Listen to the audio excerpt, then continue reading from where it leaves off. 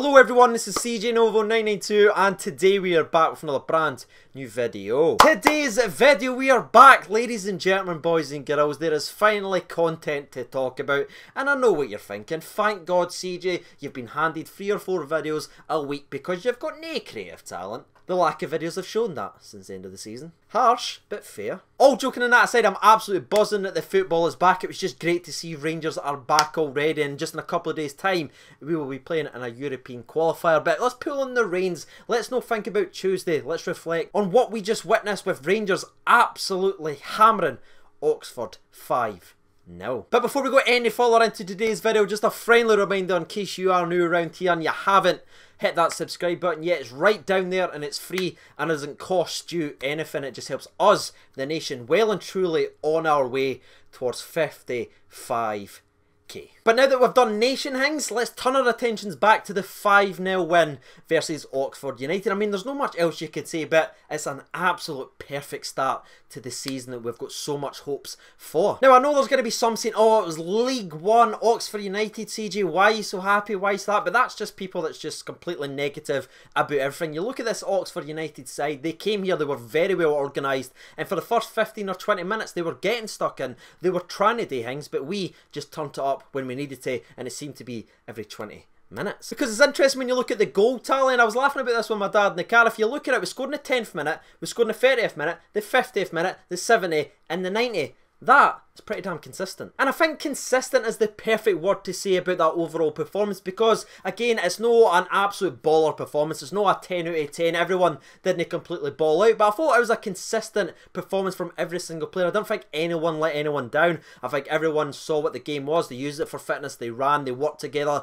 but even sprinkled in between the fitness and stuff like that, you saw there were real moments of quality. And we're going to speak about one of the newest players to join the Glasgow Rangers, and that's Joe Aribo. He started in the midfield alongside Glenn Kamara, and if I'm honest with you, the way they two just seem to bounce off each other, I mean, there were some points where they were just sort of gliding with the ball and then turning around and passing to each other. It was genuinely so beautiful to watch. But you see what Joe Aribo does bring when people are trying to get stuck in. I mean, Oxford weren't just there to make up the numbers. They go in, they left their foot in a couple of times and they tried to make things happen, and a couple of times they had a little nibble at Joe Aribo. They tried kicking out of him, but what was it? He was strong, he was authoritative, and again, he's got that gliding ability that Glenn Kamara has just to get beyond players. He looks absolutely brilliant, and again, he wants to get the ball forward. You see that? He's not one of these players that's just going to sit and be happy with sitting back pass after back pass. No, if the pass isn't there to move the ball forward, you saw it against Oxford United, he's willing just to get the ball at his feet and drive the team forward. I really think that's why Steven Gerrard has brought him in, for that ability just to get us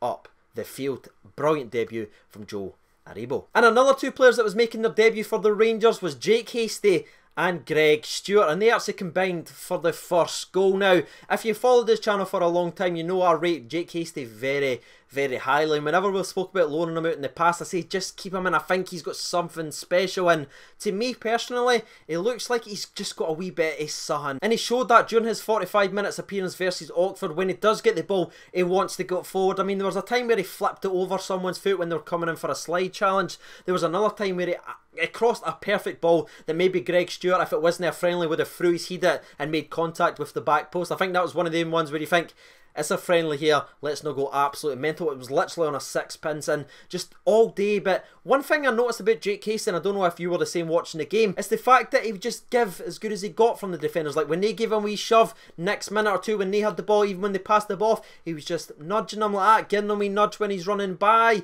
He wasn't ducking out of challenges, he was getting back and putting slide challenges in. I mean, the first thing he done right from the very first whistle of his Rangers career was sprint out to the left, chase a ball down and put it out for a throw.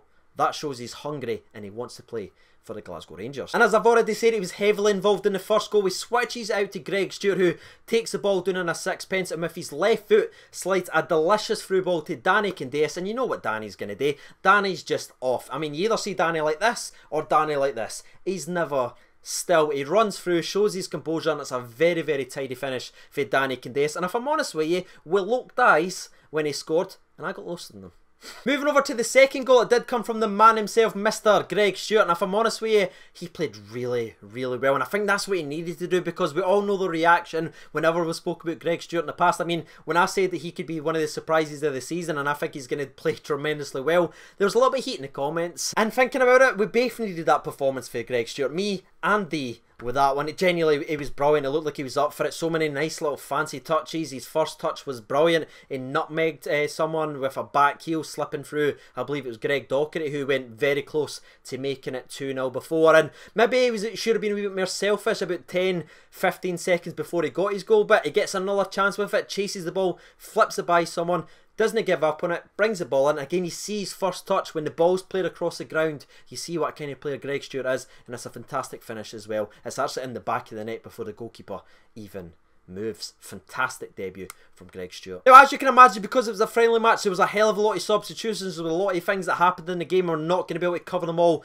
during my fan recap, but that's why the comment section is there, is for you guys to get your fan recaps out. The only other thing I sort of remember from the first half, bar Greg Docherty coming very, very close to scoring as well, was that Katic long shot. I mean, did that not just give you flashbacks to Amoruso versus Aberdeen? Did it? No. I think you can even see in the reaction video, I'm up on my feet because I think it's in, and I go, oh, it was genuinely like a Pez career mode reaction. He hit it sweet as a nut, and again, you've got to give credit to the goalkeeper. That was absolutely a top notch save.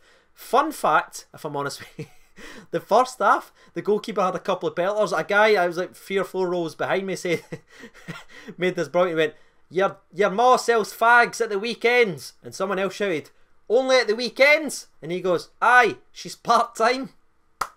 So half-time came and went. We made a couple of changes. Connor Goldson, Tavernier came on. You've got Mayo that came on, and also Josh McPake, who there's a lot of hype around. There's a lot of people talking about him because this guy genuinely just looks class. Now, what's quite weird about Josh McPake's appearance is he only made a 15-minute appearance from half-time to the 60th minute before getting substituted off. Clearly, he's still not quite ready in Gerrard's eyes to take the full grasp of his chance or anything like that. But in the 15 minutes he was on, you've probably already seen the skill move, but he's out in the wing. He does this beautiful, like, Berbatov turn, if you remember all those years ago when he'd done that for Manchester United. It's exactly the same as that, and it also almost creates a chance. So it was a good little flash and a little glimpse of what Josh McPake may bring to Rangers in a couple years' time. But the next youngster we're going to be speaking about in today's video scores the 3rd goal, and he ended up walking away with my dad's man of the match. So Mayo, congratulations, mate. That's a hard nut to crack. I've never won one.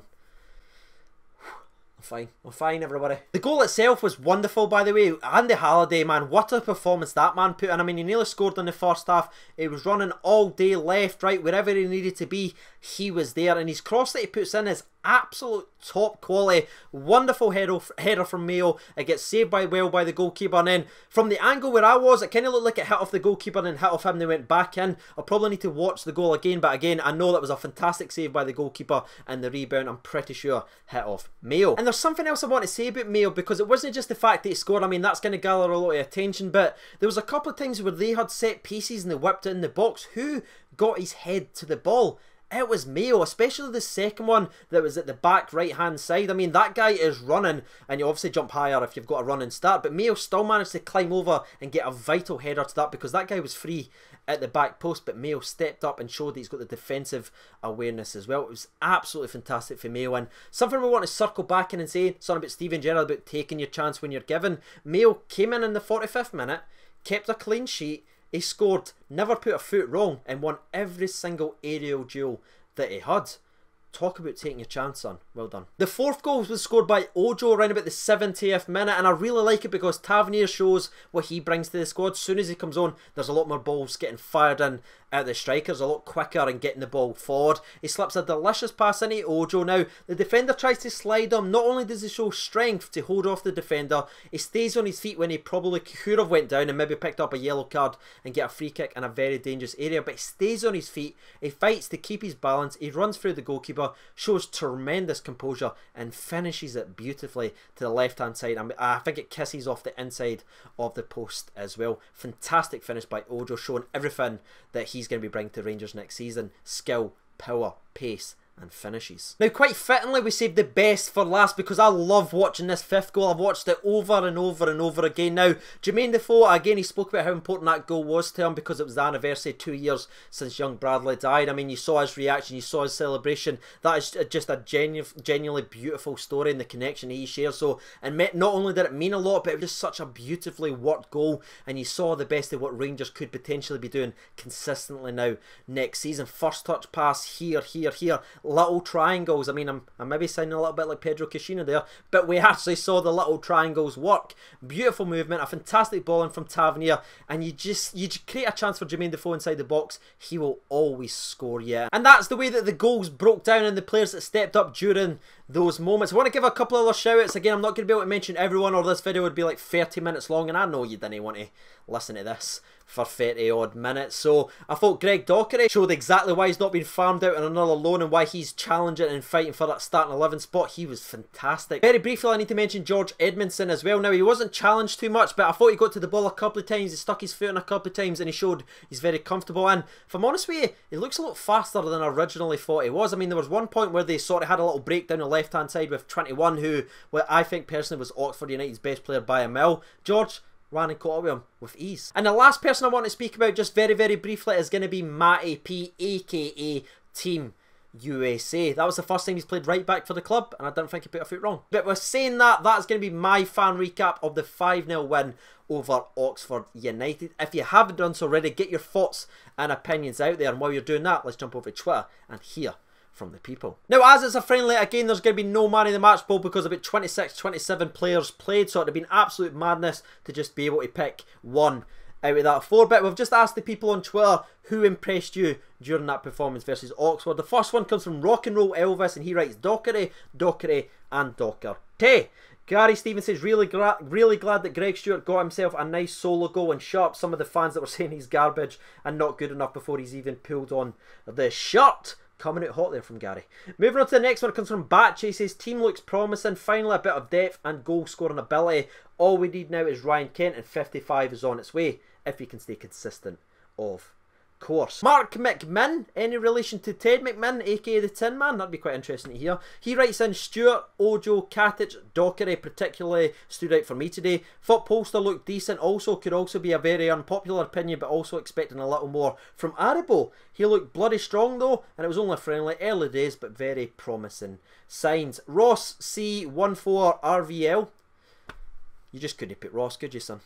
Anyway, he writes in, Polster looks decent to me. Stephen Hamilton writes, Ojo, for me, he looked impressive. And the last 2 or 3 that we'll actually read out, we'll scroll down. First one comes in from Fair Game. He writes, Gerrard's tracksuit. Yeah. And the last one we'll read out in tonight's video, we'll scroll up, we'll scroll down, and we'll... Oh, I've read that one out. Let's try that again. And we'll stop it right there, and it comes from Dougie McMillan. He says, looks like a very strong and versatile team that's being built. Can't wait for the season to kick off. So there it is, ladies and gentlemen, boys and girls. You've heard from the people, you've heard from myself. If you haven't done so already, you know what to do by now. I've been CJNova992. Shout out to the absolute legends on the Patreon accounts for their continued support again during this rough period when there's not been much content. Cannot thank you guys enough. Thank you so much for watching, and bye.